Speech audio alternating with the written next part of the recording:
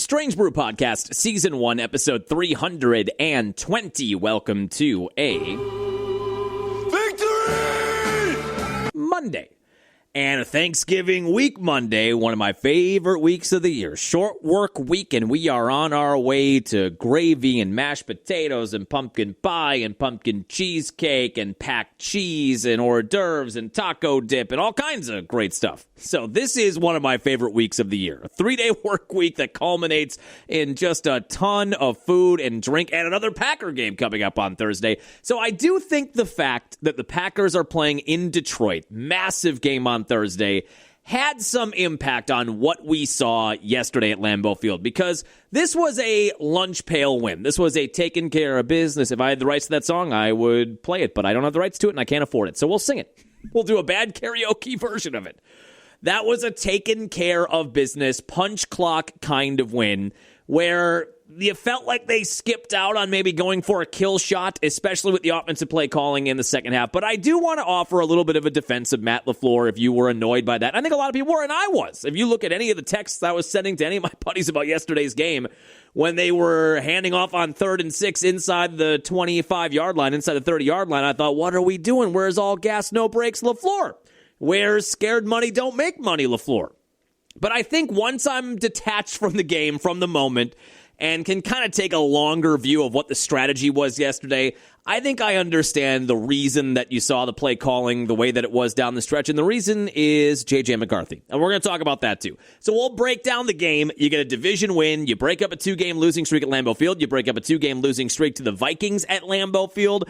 The Packer defense hit the skull celebration after the Evan Williams interception. That was great. I've got a really fun Paul Allen heartbreak call that we can play on the muffed punt that kind of changed the game.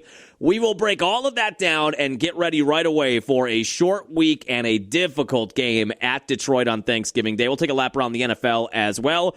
Talk some college football. Are you starting to believe? Are you believing, Badger fans, in Luke Fickell and this program?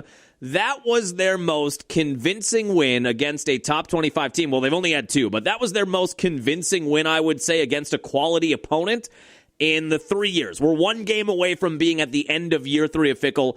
They have a couple of top 25 wins now in the last 3 weeks, but that one was convincing. A 27-10 win against Brett Bielema, which isn't nothing. That adds some cachet to it. Like we talked about, it's got cachet up the yin-yang.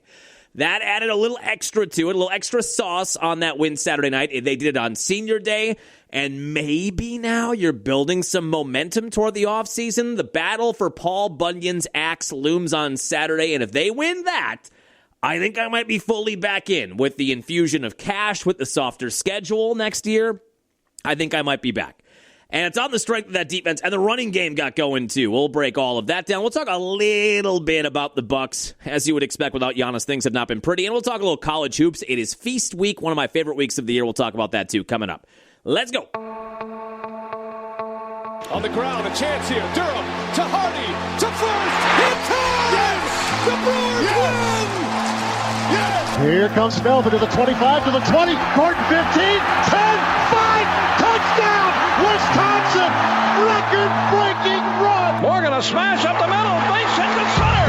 Here comes Gomez, around third, a throw, and the Brewers win! Here's the snap, he looks, he throws, and complete interception! And there is your Super Bowl dagger! Booker the drive, gets inside, leans in, knocked away and stolen by Holiday! Phoenix has to foul, and a pinnacle ball throws it down! Swinging fly ball in the right center. Broxton is there, and they're the champions! They have done it! It's been a 50-year journey. Wisconsin, we've got a room at the top of the world tonight. The Milwaukee Bucks are NBA champions. Yeah, welcome in. It is a Victory Monday. It is Thanksgiving week Monday, where basically the entire office has mailed it in, and I've been doing that since 2011. I really cared until 2011, and then ever since then. Thanksgiving week 2011, I cashed it in, and honestly, I never got it back. But it is just, you got kind of that casual work atmosphere this week for a lot of people. I know not everybody out there is on a 3-day week. A lot of folks grinding out there, I'm sure, working on Thanksgiving, working on Black Friday or whatever they have coming up this weekend. But hopefully it is a shorter work week for you.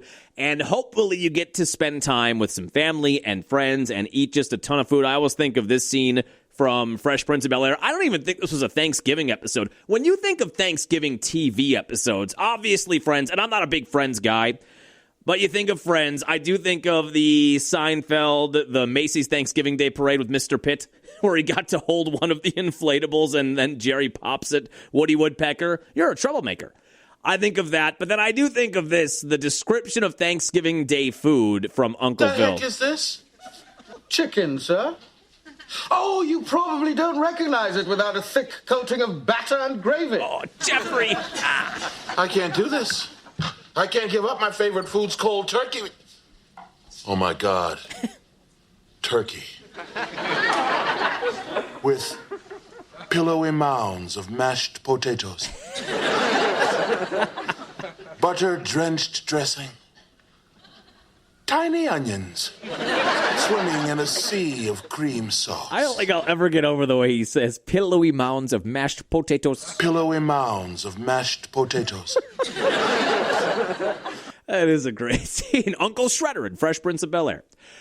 All right, let's hop into it. It is a Victory Monday. It is a Packer win over the Vikings, and that hasn't happened at Lambeau in a few years. They had lost in 2023, early in the year when things really looked bad in the beginning part of the Jordan Love era. They lost at home last year. That was the Jordan Love comeback, right, from the injury last year, and he threw 3 touchdowns and 3 picks. That was the ultimate Brett Favre game. That was kind of a Jameis Winston game for Love last year. So it had been a few years since the Packers had beaten the Vikings at Lambeau Field, and they got swept overall last year by Minnesota, both at Lambeau and in Minnesota. This was one going into it, which we talked about on Friday. You just had to get. You've got to find a way to win this. You're 6-3-1. They are 4-6. Their quarterback is mired in it right now. I mean, deep in the weeds, where he looks over his head at the moment. And as I said on a variety of morning shows this morning, and we'll say it again here in 2 seconds on the podcast, I'm not going to write off JJ McCarthy's entire career. He was the 10th overall pick in 2024. Bad knee injury, missed all of his rookie year.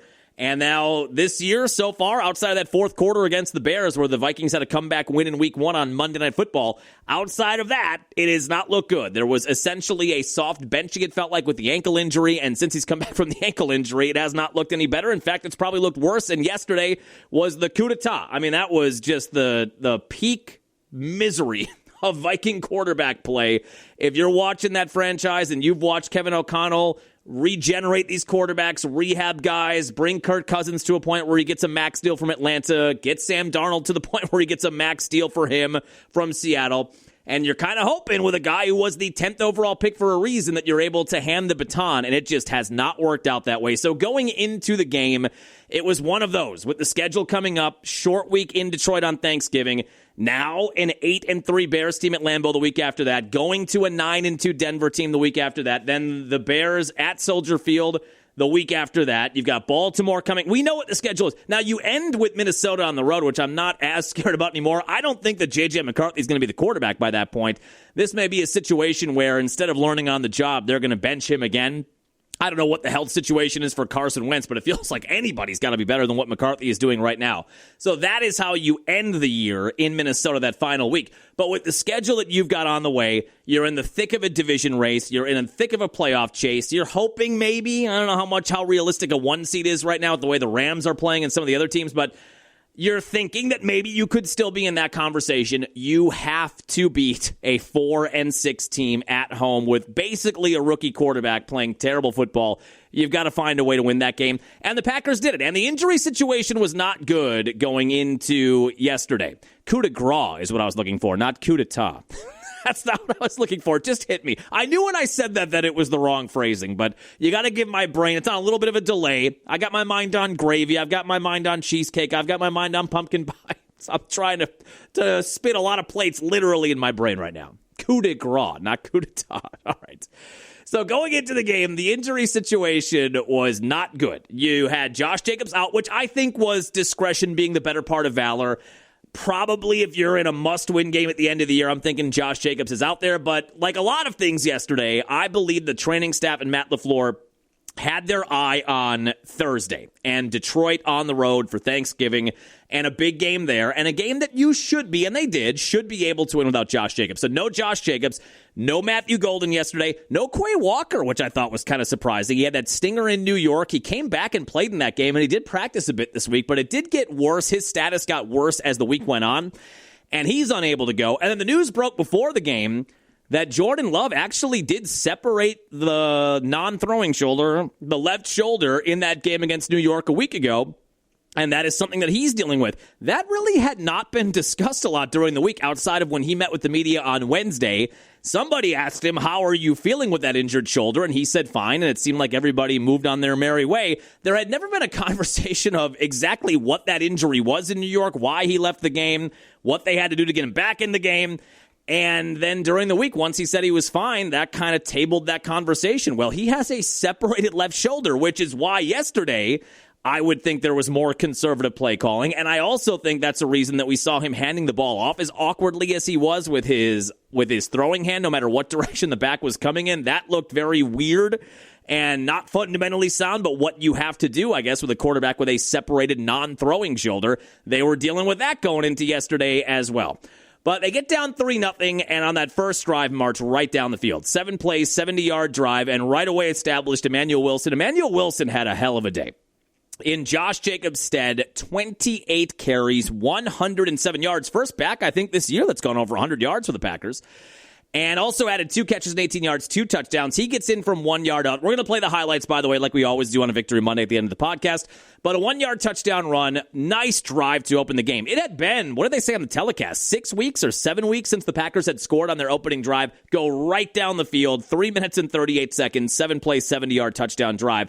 And then kind of for the rest of the first half, Packers took a 10-6 lead into halftime. McManus, not McAnus yesterday. He hit all of his kicks yesterday. We're back to McManus, not McAnus. He hit a 32-yarder. Will Reichert hits that 59-yarder with 10 seconds left. The first time that I got frustrated with the conservative play calling offensively was after that 59-yard field goal right before halftime, because the Vikings then kick the ball in the end zone, which means you get it at the 35-yard line. You've got 10 seconds. They had a timeout. It felt like, throw one over the middle. See if you can pick up 20 or 25 yards, and maybe you can get McManus into a spot where he could try a 57-yarder or a 58-yarder. You have a timeout. The whole field is open to you. And 10 seconds should be more than enough time to run at least a single play, find out wherever you get to, call a timeout, and maybe you have a chance at a field goal. Maybe you would have a chance to chuck one in the end zone for a Hail Mary. But it kind of felt like they mailed it in there, up 10-6 at halftime. That was the first moment where I thought, what the heck is this? What is this? Why? Where's all gas, no brakes LaFleur? Where is scared money, don't make money LaFleur? And as it turns out, that was going to be a strategy for a lot of the game. 10-6 halftime lead. The play of the game, which I think I'll just play you the Paul Allen clip right now. This was the play of the game. After the Packers got the ball to begin the third quarter, they stall out at midfield, get a nice Danny Whelan kick, and then the Viking, I forget who the return guy is, Miles Price. I think Paul Allen will say it here. He lets it go over his head, then gets blocked into the ball, and the Packers recover inside the 5. Now, Paul Allen, and I think we've talked about this in the podcast. I know we've talked about it on the air before. Paul Allen is a legend with the Vikings and just a legendary NFL radio voice. And he wears his heart on his sleeve, sometimes to a degree that might take it too far, but that's just been his calling card. That's been his MO. And I think Vikings fans like that, right? We've talked about with anybody on a radio call, you always, if you're the home fan tuning into the home radio broadcast, you want basically a professional version of the way that you're feeling, right? You want to think that Matt LePay and Wayne Larrivee and Levering, you want to tune into that broadcast and have it tilted toward your team and kind of get the feeling that that play-by-play guy is also a fan and is living and dying the way you are and is just delivering it in a more professional manner. Now, you could argue in some of these heartbreaking calls he's had over the years, Paul Allen strays a little bit and strays into maybe the unprofessional and being too critical of his team. But that's probably how the fans that are listening are feeling in the moment, too. The most famous Paul Allen was, this is not Detroit, man, this is the Super Bowl. But he's had a lot of calls like that with heartbreaking turns, which happen a lot for the Vikings in close games and big seasons in the playoffs. Here was the Paul Allen call of the muffed punt that really turned the game. Whelan will let it fly from about his own 40. Miles Price heels on the 10. End-over-end production by Whelan. Price is going to let it sail over his head. Nice bounce for Green Bay at the 6. Price ran in there and touched it. What are you doing? It's bouncing about at the 5. It all depends on who it touched first. Right, but why is Miles even by the ball? I have no idea. I mean, the ball did take a weird bounce that way, but when you were going to let it hit the ground, you have to yell scatter, scatter, scatter, scatter to those guys that are defending. Here it comes. Poison, whatever you want to call it, to get them out of the way. Green Bay ball. Are you kidding me? That's ridiculous. I mean, this is so ridiculous. Seriously, after the special teams L on Devin Duvernay last game, and Price lets it fly over his head, and then for whatever the reason decides to run back by the ball. On the field is the punt was touched by the return team player and subsequently recovered. I just love him so much. What are you doing? Let it sail over his head. Nice bounce for Green Bay at the 6. Price ran in there and touched it. What are you doing? Now, see, that's the difference between Paul Allen, who is, I think, he's either in the Hall of Fame, the Broadcasting Hall of Fame, or he will be in the Hall of Fame. That's the difference between maybe a Paul Allen and a Wayne Larrivee, where when I tune into the radio broadcast, I know Wayne Larrivee, or I feel like he is rooting for the Packers, and I definitely know Larry McCarron is. And Larry McCarron, as the color analyst, will be more critical, and as a former player, will be more critical. But you would very rarely hear Wayne Larrivee do what Paul Allen did right there. When a Packer player makes a mistake, you kind of toe the company line, right? It's state media for the most part. You wouldn't be that critical, but Paul Allen is, and that's been his calling card for like 3 decades. Nice bounce for Green Bay at the 6. Price ran in there and touched it. What are you doing? Let's save that one for the tickler file. Let's save that in the Paul Allen tickler file. But that's the play that changes the game. So you go from a 10-6 game where you're punting it away and maybe the Vikings can get on a drive to get within 1 or take the lead. You recover that inside the 5-yard line. 2 plays later, Emmanuel Wilson is in on a 1-yard touchdown run, second touchdown run of the game, and you're up 17-6 then with, 10 minutes left or 10:30 left in the third quarter. Now, this is where you started to really see the Packers turn to a more conservative offensive game plan. And now that I'm removed from it, because we had texters this morning saying, what was the deal with Matt LaFleur and where's all gas, no brakes, and why not go for the kill shot? This was like the Mortal Kombat. Like when you were up 17-6, the Packer defense gets a stop, you get the ball back, and I think it was early fourth quarter they got the first of 2 kind of chip shot field goals for McManus. But on those drives, you're inside the 30-yard line, or in the first field goals case, you're inside the 20-yard line on an 8-play drive that chewed up 6 minutes. And it's 3rd and 4 or 3rd and 5, and they ended up running the ball into a brick wall for 2 yards. And you could hear the crowd. There was a smattering of boos there. And we had those texts in this morning saying, where was the Mortal Kombat finish him? Fatality.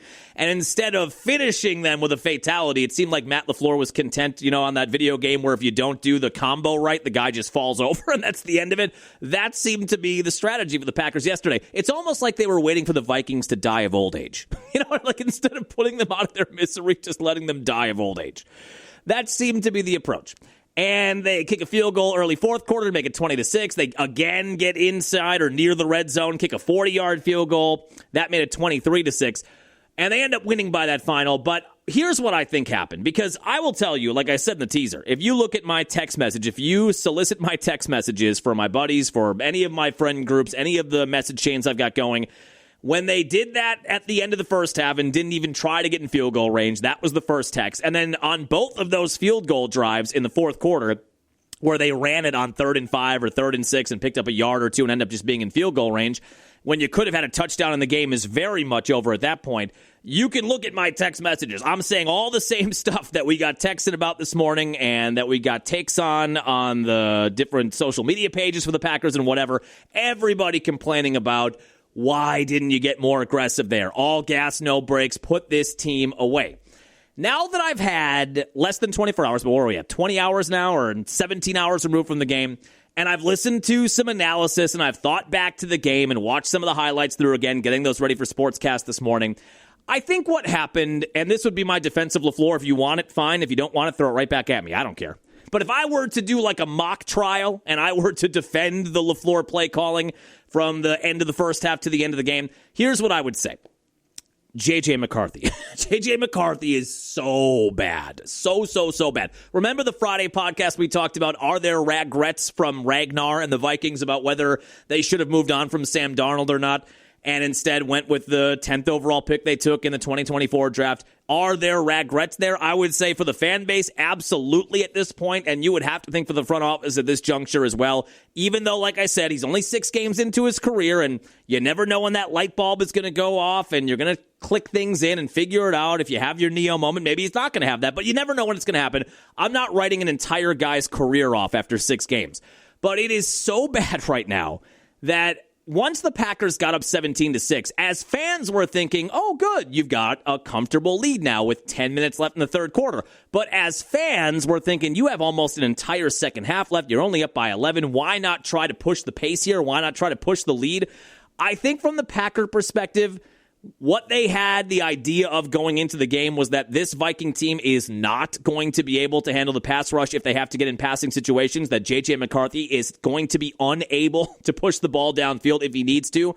And once you got a 17-6 lead, yes, there was a lot of time left, almost an entire half, but once you get the 2-score lead, you know then that the Vikings are not going to be able to just run the ball relentlessly. Now, they had success on the ground. I think the end game numbers, what did the Vikings end up averaging?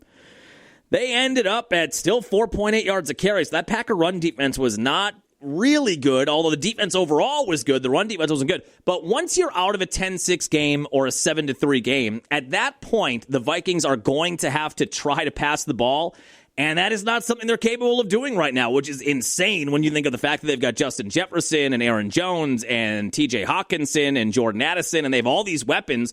But I think at that point, the Packers knew that this guy was not going to be able to threaten them in the aerial attack. And since that's the case, you feel like the Vikings probably aren't going to be able to score a ton of points for the remainder of the game. And a 17-6 lead from the coaching perspective felt safe, where you could take the air out of the ball and just run it and run clock and get out of there with the win. They felt like they had the win at that point, and it turns out that they're right. As fans, when there is, 25 minutes of game time left and you're up 17-6, we don't think that game is over. But looking back on the play calling and the strategy after the muffed punt and the 1-yard touchdown run, it's pretty clear the Packers thought there's no way this Viking offense is going to be able to score 2 touchdowns here to get in front with the way McCarthy is playing. They allow the defense to pin their ears back. They put a ton of pressure on him. He already wasn't good before that, but now you're in a spot in a 2-score game where you can really get after him with the rush, and they did. They sped him up. They turned him over, and that was basically a wrap. So when I look back at the game, I guess I can sort of understand it. I still, if I have my druthers, I'm not sure where my druthers are, but if I had them, I would have preferred the Packers to slam the gas pedal, try to get in the end zone, and win this game 35-6 or 45-6 instead of 23-6. That's what I would have preferred. But I guess now that I'm looking back on it, looking at the play calling, looking at what McCarthy was unable to do, I can understand the reason they did what they did, and you've got to factor in the injuries we talked about. You don't have Josh Jacobs. You don't have Tucker Kraft. You didn't have Jaden Reed out there, which you thought you might have heading into the weekend, or at least he might be practicing, which I think he did on Friday. But you didn't have him, and Jordan Love is playing with a separated left shoulder, and you have to look no further than Baker Mayfield last night on Sunday Night Football. What can happen when you push it when you've got a separated non-throwing shoulder? He seemed to hurt it even more Sunday night against LA, and that was just on a pass. He wasn't even contacted. That was just on a heave at the end of the first half, where he tried to unload one, and just that in and of itself made that left shoulder, that non-throwing shoulder separation even worse. Carson Wentz, that's what he was going through when there was the soft JJ McCarthy benching, and Wentz was making all those starts when he was clearly in pain.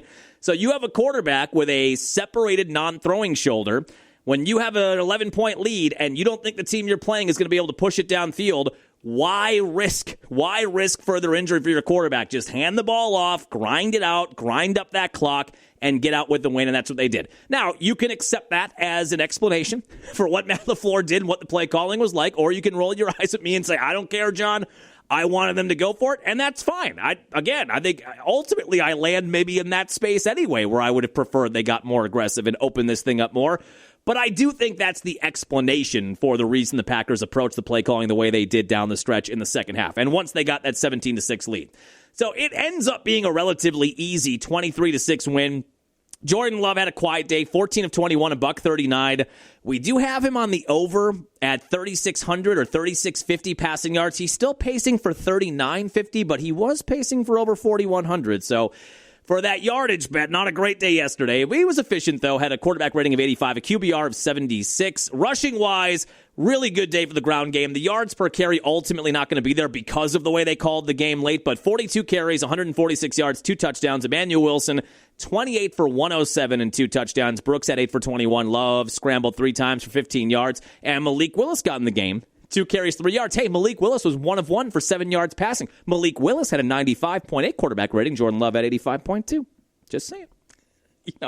You know there are going to be some people out there. You know the Jordan Love haters, the haters and the losers, of which there are many. You know that they would use that, right? That they would look at, Malik Willis, 95.8 quarterback rating yesterday. Okay. But that was the running attack, I thought, really good in the absence of Josh Jacobs. I do feel like the offensive line is getting better. You still had a lot of rotation in there. Anthony Belton now is being used as the right guard, which actually seemed to work with Sean Ryan as the center. And then who do they have at left guard? And it wasn't Morgan. They were rotating Belton in instead of Jordan Morgan. I don't know what to do with Jordan Morgan at this point. You've got this guy now in his second year after he was a first-round pick in 2023, and they just haven't been able to find a home for him. I guess at the end of the day, the speculation I'm reading is that they still think he is going to be the left tackle when they move on from Rasheed Walker at the end of this year, even though Walker's been okay. That still feels like the path they're on with Jordan Morgan, but I'm not sure how comfortable I am with that. The fact that he wasn't unable to seat Walker 2 times in his rookie year or last year and this year. He was unable to unseat Walker in both training camp battles, and he just hasn't really even found a home at guard. But I think they maybe found something there with Banks, that's who I'm thinking of, with Banks, Ryan, and Belton as the center and the 2 guards. Those are huge guys, mammoth human beings. They maybe found something there with Anthony Belton at right guard. We'll see if they use that at all Thursday in Detroit. Receiving-wise, again, a quiet day because of the strategy of the game. Watson at 5 for 49. Dontavian Wicks 2 for 32. Catch of the day was that 3rd and 8.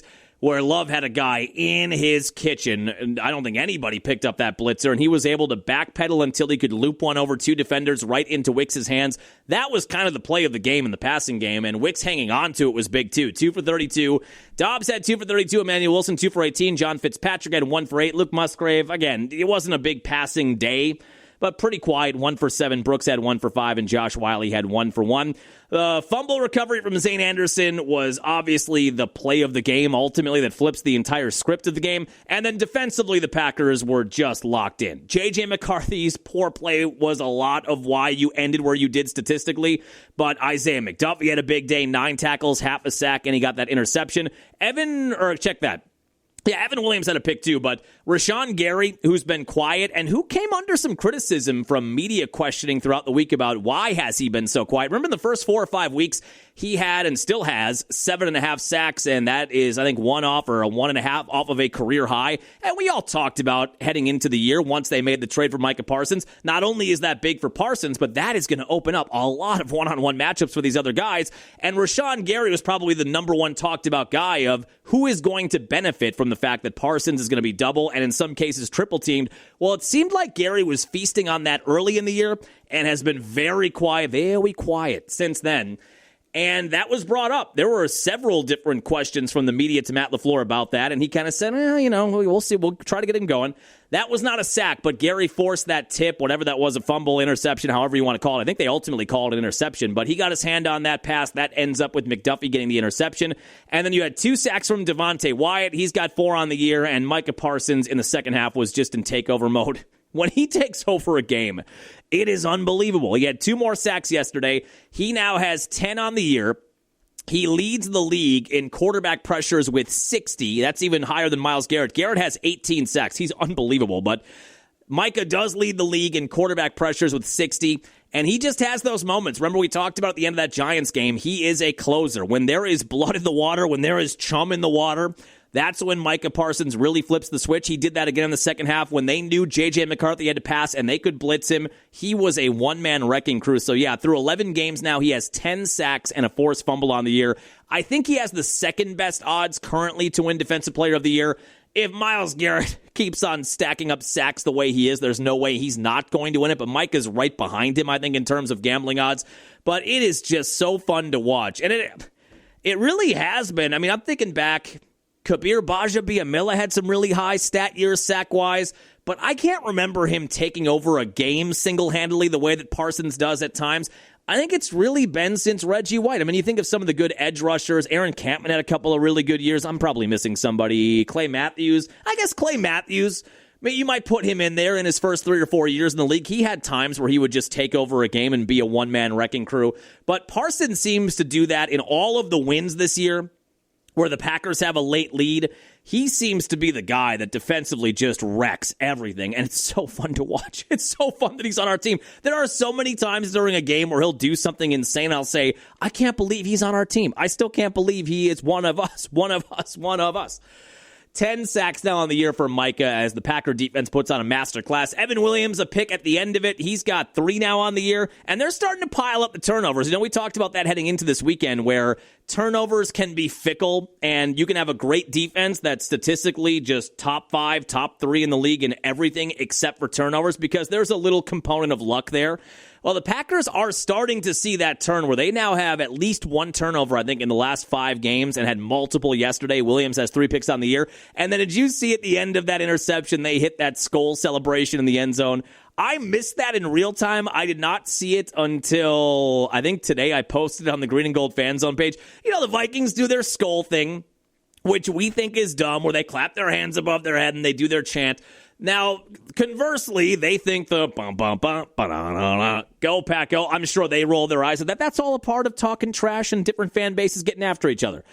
But I did not see in real time that after that Williams pick, the Packer defenders rushed to the south end zone and with Packer fans did that skull chant. And then you see some really irritated Viking fans when you get the behind the player camera view.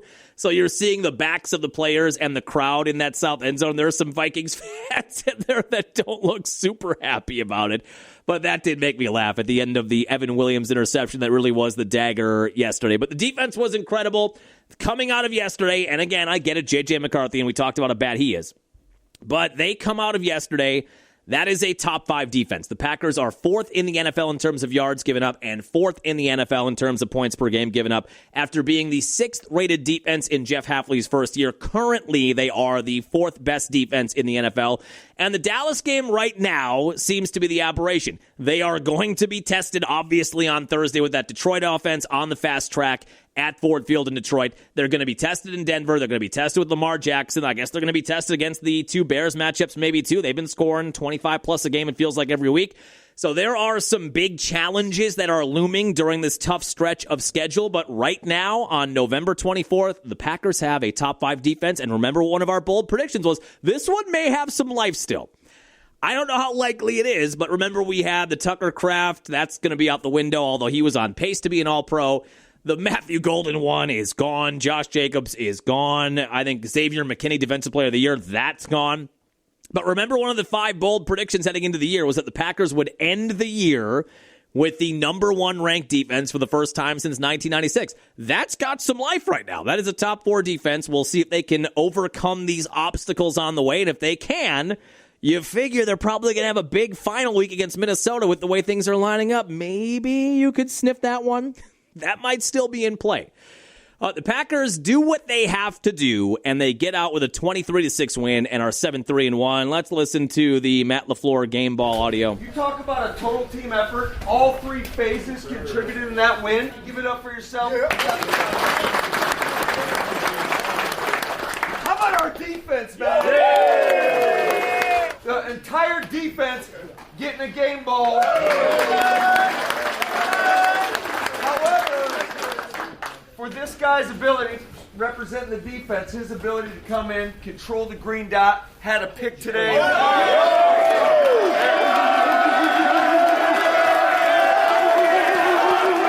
It's Isaiah McDuffie. As a side note, I do wonder, there was some conversation post-game about Quay Walker. He is still in a contract year, and I think the highest paid middle linebacker in the NFL is Fred Warner, who is hurt, but he has earned it, $21 or $22 million a year. The rumors are that Quay Walker wants, I think, between $15 and $17 million a year, and he has had a decent year. But when he's hurt and Isaiah McDuffie, who's on a very small deal, comes in there and performs the way he did and gets a game ball, well, that's not going to help Quay Walker's cause. I just love you guys, man. I love coming in every day, and I give them my all for y'all, honestly. And let's keep stacking them up and, be on a good trajectory.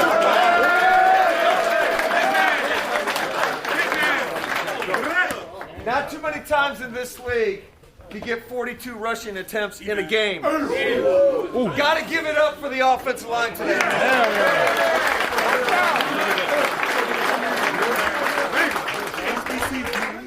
And another guy that came in had 28 carries, 107 yards.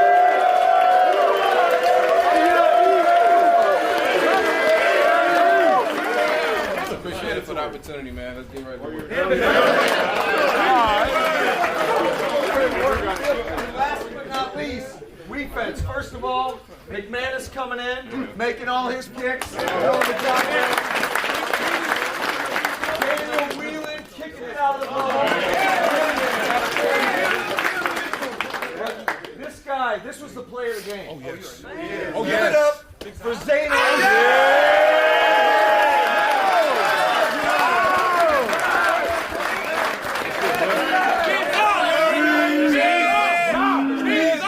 I appreciate you guys, man. This organization took a chance on me a few years ago, and I love you boys, man. I love coming up to work with you guys, and let's keep going one another. All right, so that was the game ball audio. Yeah, McManus 3 for 3. Lucas Haversick still on the roster, but McManus 3 for 3 coming out of yesterday. Made all his kicks, all his extra points, and it's been a minute since we've been able to say that.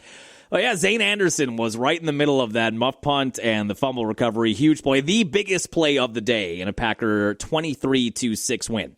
Now, let's take our lap around the NFL. Then we're going to preview, because we're not going to have a podcast again before Thursday. I think we're doing, I don't know what we're doing schedule-wise. I think we're going to end up doing probably a Friday morning post-Thanksgiving game coffee table podcast. Probably not going to be an hour, but I feel like we almost have to Friday have a podcast to recap whatever happens on Thursday.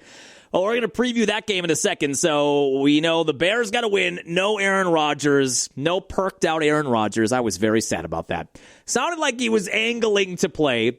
Not the first time Aaron Rodgers has gone against the medical team, but he was attempting to convince them to let him play. It ends up being Mason Rudolph, and the Steelers almost get a win. They had the ball late, driving for a game-tying field goal or a go-ahead touchdown, but the Bears get a stop. I mean, I don't know. Are the Bears good? 31-28. Their record says they are. They are 8-3, and they lead the division now for a second straight week. I just feel like they are barely beating mediocre to bad teams, but they're doing what they have to do at this point. They are going to get a test. They are in Philly on Black Friday. That is the standalone game on Black Friday. That will be a true test. If the Bears keep that a game, or if they win that game, then I'm starting to buy in that could be for real and a real problem in the NFC North. Right now, even though they're 8-3, I'm not a believer at the moment. Patriots got to win in Cincy. My Bills to win the AFC East bet is on life support. 26-20 win there. Now, the Lions in overtime had to rally in the fourth quarter to beat Jameis Winston and the Giants. I'm happy they did, even though I kind of wanted to see them lose. You know, they went to that game. The Packer game was over so quick. It was over at like 2:45 because of all the running late in the game. They go to the Giants-Lions game. And I think the Giants had a chance to go up 30-24, and they had a chip shot field goal. They decided to go for the kill shot, and now this is where it goes wrong on you, because if they score a touchdown when that happened, then it's over. Then you're up by 10 points, and it is over. They decide to go for it. They don't get it, and that allows the Lions on the final drive of the game to hit a 58 or 59-yard field goal to tie it. It goes to overtime. Lions win in overtime. As much as I wanted to see Jameis Winston eat a W and get a win there and have a 2-win Giants team go into Detroit and get a win just for the purposes of getting better standing in the NFC North for the Packers, I am kind of happy they won, because, man, if they would have lost that game and the Lions' playoff hopes then are barely beating at 6-5, they'd be, I think, 2 games out, or at least a game and a half out of a playoff spot. And then their season is kind of on the line on Thursday. So the fact that they won and they got to 7-4, I still think a lot is at stake for the Lions in terms of having any hope of winning the division on Thursday. But had they lost that game, then I'm feeling like you've got a wounded animal with several weapons waiting to take you out on Thursday. So even though I would have preferred the Lions lose, I'm not sad they lost or they won, because I think then you're really dealing with something on Thursday. Seahawks get a win in Tennessee 30-24. They're 8-3. Big game for the Chiefs. I have them in a parlay. I need one more leg of a parlay tonight, by the way. Not an official podcast pick. We went 2-0-1 this week. Badgers covered, which we'll talk about. Packers covered 6.5. And I had the Chiefs -3, and they won by 3 in overtime. And they had a chance, 20-17, late fourth quarter. They had a 1st and goal at the Colts 2-yard line. You get in there, you kick the extra point, you win the game 24-20. We would have had a perfect week. But it goes to overtime. Chiefs going to win. They keep their playoff hopes and their season alive, and they finally deal the Colts a loss. They are 8-3 coming out of yesterday, but I have some hope now with that Texans bet. Texans are in Indy next Sunday. Got to win that, but if Houston finds a way to win that game, and they're 7-5, and the Colts are 8-4, then we're cooking a little bit. Ravens get a home win. I would say uninspiring, but a home win over the Jets, 23-20. They are now tied with the Steelers atop the AFC North at 6-5. Shedeur Sanders made his debut as a starting quarterback, threw a touchdown. Browns got a 24-10 win in Vegas. Jaguars are 7-4. They have a playoff spot right now. Overtime winner in Arizona, 27-24. Probably the most talked about national game today will be the Cowboys rallying from a 21-0 deficit at home to the Eagles and winning 24-21. Crazy puke job there by the Eagles. Falcons beat New Orleans 24-10, and the Rams last night, they look like a wagon. 34-7 win against the Bucs. The Baker MVP bet is deader than dead. Bucs fall to 6-5. Rams are 9-2. They are the 1 seed right now in the NFC, and they are rolling people over, and Matthew Stafford looks revitalized again. He is the odds-on favorite right now to win the MVP. He was 25 of 35, 273, 3 touchdowns. He now has 30 touchdowns and just 2 picks this year. And Matthew Stafford has a quarterback rating of 113. Is that the top in the NFL? It doesn't matter. Either way, he is the odds-on favorite right now to win the MVP. He has never finished better. This was surprising to me. I read this article this morning on Twitter, so you can believe it. ChatGPT sent me this. Yes, he has the best quarterback rating of any quarterback in football right now. The highest Matthew Stafford has ever finished in MVP voting is 8th. Now, a lot of that has to do with Detroit being bad for the majority of his career there, but I would have thought top 5 at some point. So if he adds, now he's got the Super Bowl in LA, and he's been hit or miss injury-wise. And remember, we talked about before the year, I've got the bet on the Rams' future to win over 9.5 games. They're 1 win away from that. So that's going to be set to cash. That the NFC West division winner for the Niners is not looking great because the Rams look like an absolute unit. But Matthew Stafford now with that Super Bowl win, he has stayed healthy this year, which was a question, which was a reason I didn't like that bet I made because of the Stafford back injury, but he's been able to be out there every week. If he adds an MVP now to that career, I think already he was a gold jacket guy. I think he was in the Hall of Fame no matter what, but then he is certainly in. He is cemented in if he pulls down an MVP award at, how old is he, 37? Basically dead. 37 years old. That would be one of the oldest players in league history to win the MVP. That looks like right now with Sean McVay pulling the strings there, that looks like almost the greatest show on turf with Devontae Adams and Puka Nacua and Williams the tailback. They've just got weapons all over the place, and a healthy Matthew Stafford is clicking on all cylinders. That looks like it's going to be a tough team that is angling toward the number 1 seed and potentially home field throughout the playoffs in the NFC. They now have a game lead on everybody. They've got a game lead on the Bears. They've got a game lead on the Eagles for the number 1 seed. They are rolling 9-2 coming out of yesterday. What does their schedule look like here down the stretch run? They're at Carolina, win. At Arizona, win. Home against Detroit, I don't know, maybe. At Seattle, that'll be a tough one. At Atlanta, win. Home against Arizona to end it, win. So at worst, I think they're looking like they're going to be 13-4. And yeah, I don't know what the odds are for them to be the 1 seed. I would guess they're minus money at this point, but I would think the Rams are a likely 1 seed with the way they're rolling right now in the NFC.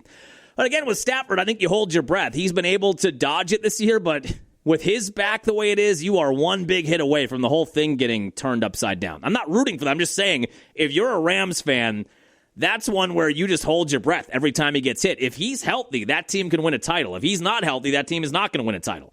Anytime he takes a heavy hit, that's got to be a heart-skipping moment for Rams fans right now. But that lines up now for the Packers and Detroit Thanksgiving Day. We get a noon kickoff. I'm so happy they changed this to noon. Remember, these used to be 11 a.m. kickoffs? It's a noon kickoff. And for the Lions, this feels like if they're going to win the NFC North or have a hope of winning the division still, they need this. If the Packers win this game and they come out of Thursday at 8-3-1 And whatever the Bears do, they do. But if the Packers win this game, come out at 8-3-1, the Lions are 7-5, Packers will have swept the season series and have a 2-game lead. So basically a 3-game lead with 5 weeks left. It's not impossible. The math is still there, but it feels like the Lions' hopes of winning a division are going to be on the line on Thursday. Luckily for us, they got a win against the Giants, so their playoff lives are on the line, but that, I think, is on the line on Thursday in Detroit. Lions will be looking for some revenge after the Packers put it on them in Week 1, 27-13. Still might be the Packers against a good team, might be their most convincing win of the year. The Lions open as 3-point favorites. Here's what I'm worried about. Now, we're not going to know anything injury-wise. I think Love obviously is going to play, but you're worried about him now with that separated left shoulder. My feeling is Josh Jacobs is probably going to go. I think they held him back in this game, knowing they could probably beat the Vikings without Jacobs. I think he'll be out there on Thursday. We'll find out. Matthew Golden, Jaden Reed, Quay Walker, guys like that. You'd love to have them all, but we'll find out more about that, I think, tomorrow. It's one of those weird weeks, though, where they're going to give you an injury report, but it's one of those speculative injury reports where if we would have practiced today, we didn't, but if we would have, these guys would have practiced, and these guys wouldn't have practiced.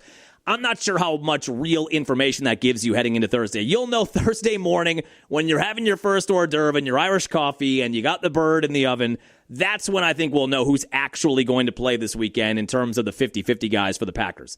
But the Lions open as 3-point favorites. The number one thing I'm worried about in this game, I think the Packers will find a way to put up points on that defense. The number one thing I am worried about is Jahmyr Gibbs. And even though the Packer defense has been really good, the run defense against Carolina and Rico Dowdle was not good. The run defense, then, what was it? It was not bad against the Eagles. What was the other loss in there? I'm forgetting that. Well, they lost to the Eagles. The run defense against New York was not good. So they went into the Carolina game with the third best rush defense in the league. But since then, it has not been great against Carolina, New York. And even though Minnesota had to go away from it, when they were running the ball, they were getting some pretty decent chunk plays out there. And Jahmyr Gibbs is arguably the most dynamic back in the NFL. And you saw that yesterday with the touchdown run he went on in overtime to give the Lions a 34-27 lead. He is pocket lightning, but he's also a guy you can kind of give the ball to 20 times a game. He can get it out of the backfield. He's good in the receiving game. He is one of those kind of Marshall Faulk style backs. Now, there's a reference for you, but I think that's kind of what he is, where he can give you 15 carries for 105 yards and 2 touchdowns and 6 catches for 70 yards and a touchdown. Trust me, I've got him in my work fantasy league. He is a godsend. He scored 57 fantasy points yesterday. So with the way the Packer run defense has been going, I worry about that. I worry about not just Gibbs. They've got the grinder Montgomery. I don't think Montgomery, is he hurt? I don't think he's getting the same kind of workload that he was getting because Gibbs has been so explosive. Yeah, Montgomery got 5 carries. Gibbs got 15 carries. Gibbs had 15 carries yesterday. 15 carries for 219 yards, a gentleman's 14.6 yards a carry and a couple of touchdowns. And he also had 11 catches for 45 yards and a touchdown. So they do have that grinder in Montgomery as well, although his role has been decreasing. He's still having a good year, too. He's got 511 yards, 4.4 a carry, and 5 touchdowns on the year, too, after he had 775 yards last year and a 1,000-yard year in year one in Detroit in 2023. I worry about that. We know Jared Goff can get it going, and Amon-Ra St. Brown, and they've got weapons. No Laporta now. They're in the same spot with their franchise tight end, the Packers are. Laporta's on the IR. His season appears to be done. But I would say I am quite concerned about the Detroit rushing attack against the Packer run defense, that while the defense has been good, top 5 overall, they've been good overall. That aspect has not been great. And in a game that has the potential to be a lot of points, I just worry about how they're going to line up with Montgomery and Gibbs in that 1-2 combination, specifically Gibbs. Lions are 3-point favorites heading into Sunday. It'll be a noon kickoff on Thanksgiving Day. And that will determine the mood of the house for the remainder of the day. We actually get a really good slate of games. You've got that game at noon. And then Chiefs and Cowboys. Cowboys right now are one of the more entertaining teams in the league, even though they're 5-5-1. Chiefs are fighting for their lives in the AFC at 6-5 and maybe the tail end of this version of the dynasty. And then you've got Bengals, Ravens in Baltimore on Thursday night, and it sounds like Joe Burrow's going to be back for that game. Ravens are favored by 7. We may have to hit some overs. We may have to parlay or tease some overs here. I might do a 3-team tease and just take the over in every single game on Thursday. But You know, sometimes you have Thanksgiving and the games are total crap and you're asleep. It does help with the afternoon nap, but these 3 games are pretty good on Thanksgiving. Noon for the Packers, Lions, 3:30 Chiefs, Cowboys, 7:20 Bengals and Ravens. And then, Black Friday, we get Bears and Eagles in Philly. That is a 2 o'clock kickoff, and that is on Amazon Prime. Now, let's talk about the Badgers on Saturday night. Are you starting to believe? I feel like I'm a cult leader. Do you believe? 27-10 win over Brett Bielema and number 21 Illinois. It is the second win against a top 25 team in the last 3 weeks. And all of a sudden, with the way they won that game. Now, I'm not taking anything away from the 13-10 win over number 23 Washington a couple of Saturdays ago.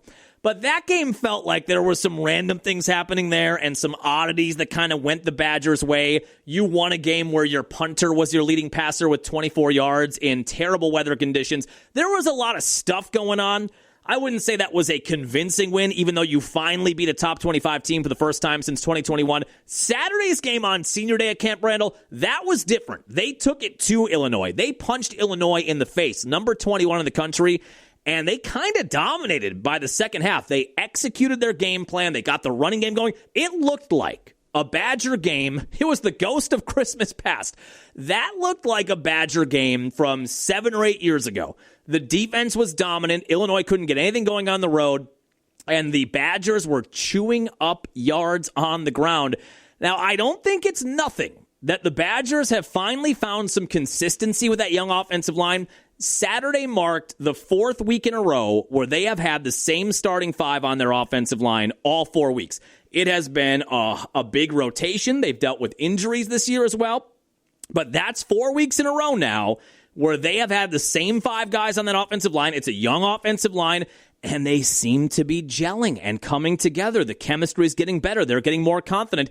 Darion Dupree led the way on Saturday. 17 carries, 131 yards, 7.7 a carry, and 2 touchdowns on the day. But the overall rushing numbers for the Badgers, it's been a minute since we've had a total like this.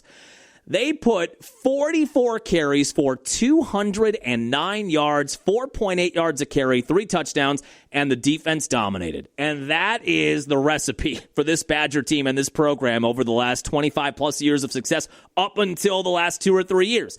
But that was a classic Badger game as they win 27-10. Dupree had the biggest run of the day, the 84-yard touchdown run. Looked like Melvin Gordon out there for a brief second. But that gave them a 17-7 lead. Illinois got a field goal, but that Badger defense is legit. And we've talked about that now, even going back to the Oregon game. The last time the defense looked really suspect, I guess you could say, was Ohio State, but that's Ohio State. The last time the defense looked like they didn't have much punch was that Iowa game where they lost 37-0. The next week they lose at home to number 1 Ohio State 34-0. But after that, these young linebackers, that young front 7, speaking of gelling and coming together, starting with that road game in the bad weather at number 6 Oregon, this front 7, this Badger defense has been playing inspired football, and they've been getting better every single week. And Mason Posa, the young freshman linebacker, along with Catalano, but he left the game at one point. I don't even think he came back on Saturday. But you get another Dupree touchdown run, early 4th quarter, 24-10, and a field goal tack on at the end. And the Badgers just dominate the game. 27-10 win. And yes, the students rushed the field. I know there was a lot of conversation about that again. A lot of Badger writers, a lot of former Badger players. I saw Vince Beagle was rolling his eyes at that. I'm going to tell you the same thing I told you after the students rushed the field when they beat number 23 Washington 3 weeks ago or 2 weeks ago. Let the kids have fun. I had a texter say, how do we feel about the Badgers rushing the field again? And the again was in all caps on the text line. And then it did have an LOL at the end. And I said on the morning show this morning, I have a 2-word take for this one. And the take is, who cares? I hate to be who cares guy. I often take shots at who cares guy. I know that's a popular one, especially in Facebook comment sections. This is news? Is this news? Who cares? And the who cares gifts. I hate to be that guy, but that's who I am. Let the kids have fun. I am not going to be the fun police as it relates to storming the field. I am 41 years old.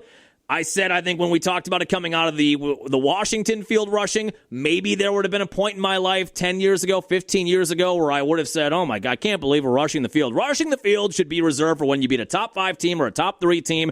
The fact that you're rushing the field after you beat Illinois shows you how far the program has fallen. Those kinds of takes, and I'm sure you saw those all over social media.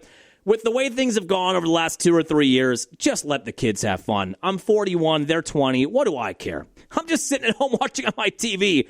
If they're going to have that kind of a night and they're going to get to celebrate and have a good time and that's going to make their Saturday night better, what the hell do I care? Have fun. Let the kids have fun.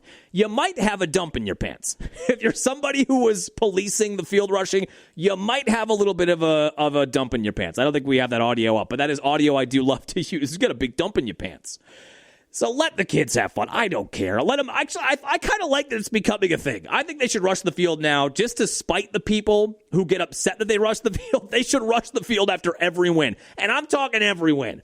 Top 25 team, Middle Tennessee State, ITT Tech, Hogwarts, I don't care. Rush the field. If you beat somebody, that can be the new signature, rush the field. And the image of Bucky Badger, if you watch the end of that game, he is getting body passed on the students. That was actually a pretty cool visual where he's just kind of laid out and they're passing Bucky around. I thought that looked kind of cool. I forget who they were interviewing on TV in the postgame, but Bucky, you could tell over that shoulder of the interviewer was on somebody's shoulders. I don't know, man. They were having a good time. Let a 21-year-old group of kids have a good time. Why not? And the Badgers get a 27-10 win. So we said going into the weekend, these last 2 games are going to be the litmus test for do you believe or do you not believe in 2026 in Luke Fickell? He got the endorsement from McIntosh. 2 days after that, they beat number 23 Washington. They went to number 2 Indiana. They were only down 10-7 at half. Yes, they got blown out in the second half, but they covered. And then I said on Friday, these last 2 weeks where you are taking on teams that you are no longer the contemporaries of, it wasn't long ago that this Badger team was a tier above schools like Illinois and Michigan State and Iowa and Minnesota. And now you have to concede, I think, as Badger fans, the Badgers are a tier below those teams. But if you can get a win on Saturday, which they did, and if you can get a win this coming Saturday and prove that you are once again getting close to being at least in that vicinity, in the middle pack of the Big Ten with the Illinois and the Iowas and the Minnesotas, if you can get 2 wins and get to 5-7, and as we talked about, all the big donors are talking about how there's going to be more money in the program next year, more NIL money. The schedule is decidedly softer, and I know we've said many times a lot can change between now and September of 2026.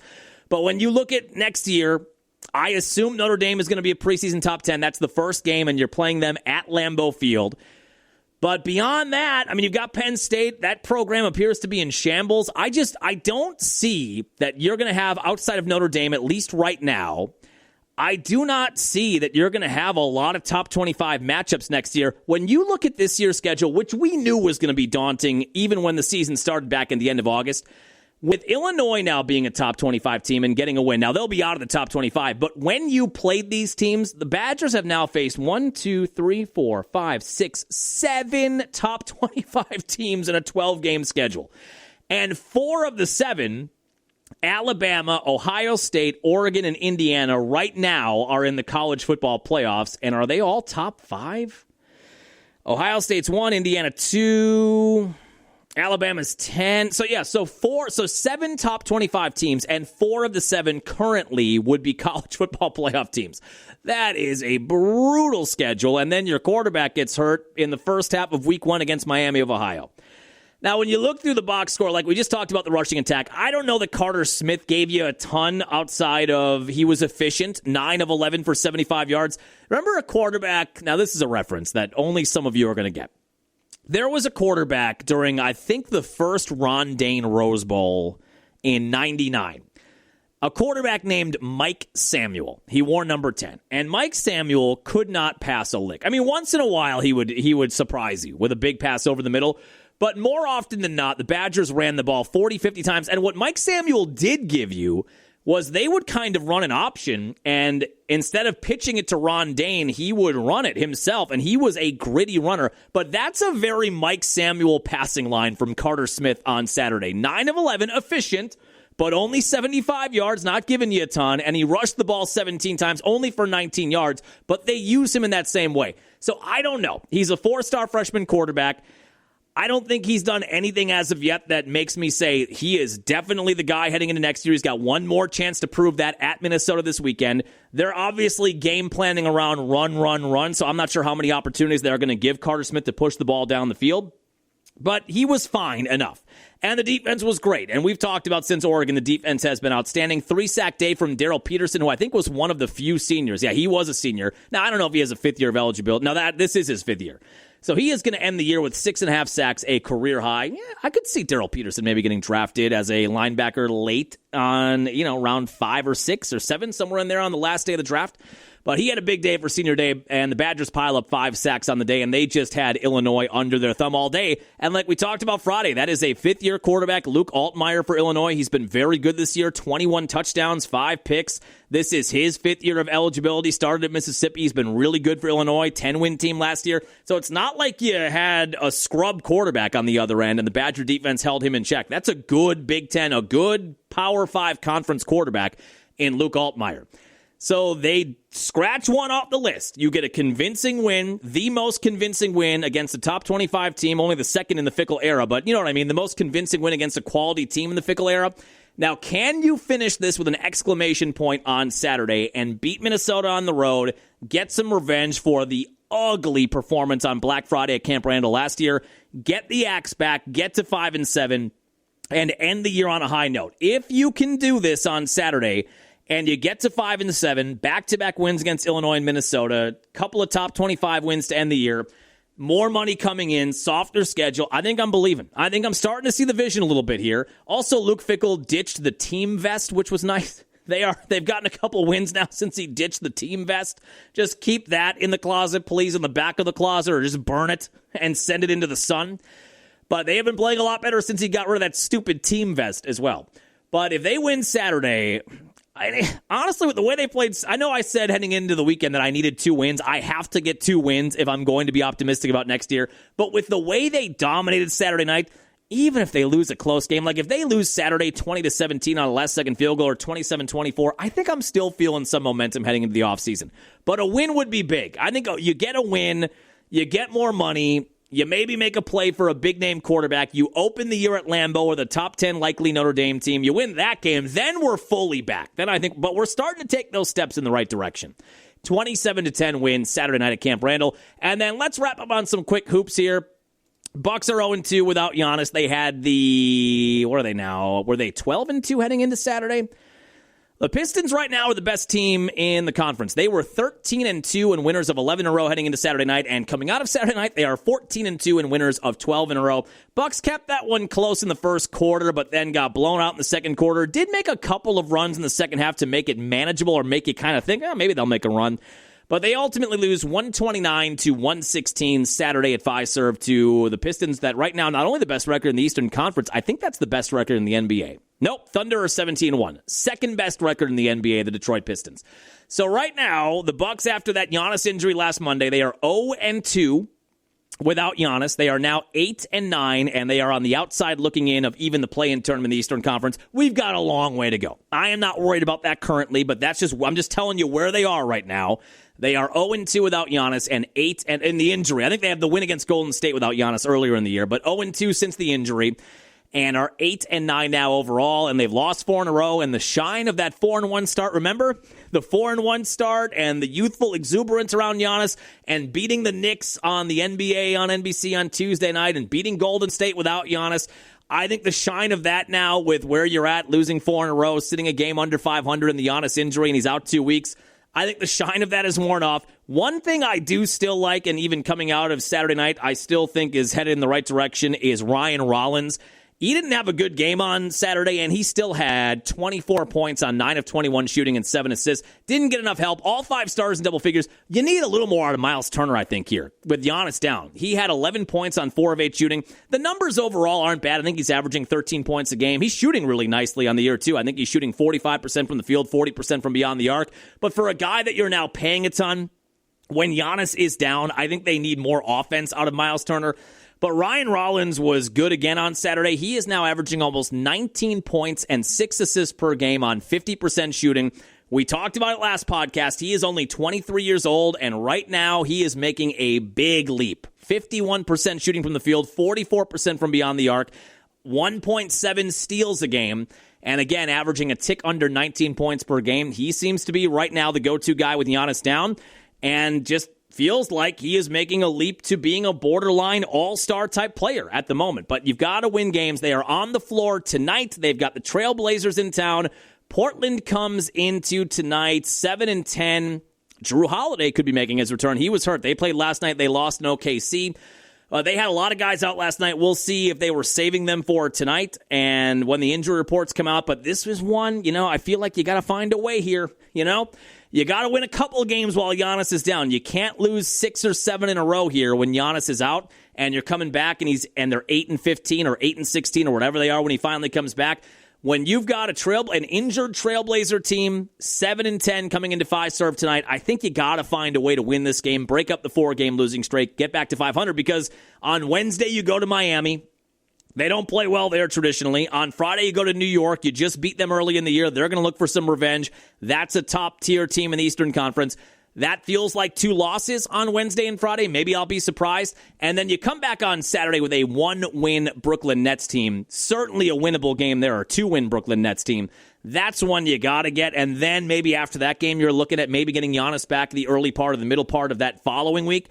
But this feels like one tonight with Portland in town. You got to find a way to get with Giannis down, at least get that first win without him on the floor because of injury. Really quick college basketball. Marquette beat Central Michigan over the weekend, but they look not real good at 4-3. And the Badgers got their first test on Friday. Remember we talked about on the podcast on Friday, afternoon basketball. It is feast week, so we have college basketball on, I think today. I think we've got college hoops on basically the entirety of the day. We've got a top 20 team, unbeaten Tennessee, taking on Rutgers at noon today. Minutes away as we record this, we've got, holy cow, we've got like a full slate today. So it starts at noon, goes all the way until 9:30 tonight. Number 7 Michigan hosting San Diego State. I love Feast Week. I love it. There's college basketball on basically every hour of every day all the way through the coming weekend. But the Badgers got their first test taking on number 9 BYU. It was a road game, but they played at the Utah Jazz Arena, not at the BYU Arena. They had that weird NBA Cup court on Friday. And the Badgers were in it. They were down 12 at halftime, and then BYU just blew their doors off in the second half, 98-70. So the Badgers were 4-0 heading into that game, and the offense was clicking on all cylinders, and they just ran into a brick wall Friday afternoon. I'm not freaking out about the loss. That is a loaded BYU team. That's the team that took the Badgers out of the tournament last year. Richie Saunders is still there. He had, I think, 26 points, and BYU got either the number 1 or number 2, depending on what ranking system you're looking at. The number 1 or number 2 high school recruit in AJ DeBonsta, I think is how you say his name, DeBonsta. He is a monster. I mean, he is as advertised. If you watch that game on Friday, he has it all. He had 18 points, 6 rebounds, 3 assists, a block shot. He's got great size. He's got a good jump shot. He can get to the rim. He knocks down his free throws. That is a guy who has lived up to the billing and then some in his first, 5 games at the college level. So that's a BYU team that is going to be, you would think, a national title contender, a Sweet 16, Elite 8 kind of team like that. And they just took it to the Badgers. Now the Badgers will take on, I think they have Providence on Thanksgiving Day. But they fall to 4-1. And yeah, that first test did not go well. But they will take on Providence at 4:30 on Thanksgiving Day. And that is a part of a holiday tournament, I think. This is the Rady Children's Invitational. So I don't know if they win this, they play again on Friday, maybe. But that is not a bad program in Providence. Not ranked right now. The Badgers will not be ranked at the new top 25. So if they're doing a new top 25 this week, they'll be out, I would think. But Providence is going to come into that game at 4-2. That will be at 4:30 on Thanksgiving Day, just as you're coming out of that food coma. That'll do it for us here on your Monday. I almost said Thursday. Monday morning. So, yeah, I'm thinking we're probably going to do a Friday post-game podcast, a kitchen table hangover, food hangover podcast on Friday. Probably not going to go an hour, but just to recap the game and give you our picks for the upcoming weekend, I think we're probably going to have to do that on Friday. So we will stay on the regular schedule. I know we talked about this last Friday. I will have a podcast then next Monday, 1 week from today. Then my wife and I are taking our moms to New York City for Christmas in New York City. New York City! So we are flying out on Thursday next week, and then we'll be gone all the way through the following Tuesday. So the podcast schedule is in peril next week. After the Monday podcast, I'm not sure what we're going to do. Maybe we will do a Wednesday podcast next week just to get 2 in next week. But then I'm not sure what we're doing coming out of that Packer-Bear game. I'll be off on Monday, and we'll be flying on Monday, so I don't think I can do an airport or an in the air. I don't think I can do an in mid-air podcast. We'll tackle that next week when we get to it. So we're going to stick with a Friday podcast coming up this week. Have a happy, safe weekend. Please enjoy Thanksgiving. It is one of my favorite holidays of all time. It's become a little harder as the years have gone by because it was my father's holiday and he passed 5 years ago, so that makes it a little bittersweet some years. But cherish these moments with family and friends because I would give anything to go back and have a Thanksgiving the way it was when I was 18, 19, 16, 17, 18, 19 years old, and everybody's healthy and everybody's feeling great. And I still love the holiday. It is one of my favorite holidays. But just to say, cherish these moments with family and friends. Enjoy your time on Thursday. We'll get back after on Friday. Have a happy, safe work week. We'll chat with you then. Straight ahead, got hit at the line, kept on turning and got in. Green Bay in the end zone on their first drive of the day. Price will have it bounce over his head inside the 10, and it hits off him. It's 3. Who's got it? Oh, mistake you cannot make. We're the Minnesota Vikings, and we're just a pile of junk. Wilson again reaches for the goal line. Packers make him pay. But the cream will rise to the top. Oh, yeah. Third and a mile. They line him up at linebacker here, and he just barrels his way in there, and Devontae Wyatt has a sack of his own. That's what we call a sack lunch. Nom, nom, nom, nom, nom, nom. Make the toss. Parsons is coming, and he's got his second sack of this third quarter. I'll say it again. We got a defense. To start his career, Rashawn Gary gets there this time and forces an interception. Gary got his hand on it, and Isaiah McDuffie picked it off. Woo! McCarthy down the seam and too tall and picked off. Second interception for the Packers the last 2 drives. Evan Williams, second week in a row, he's got one. And there is your dagger! Great win for the Green Bay Packers. These fans deserve it.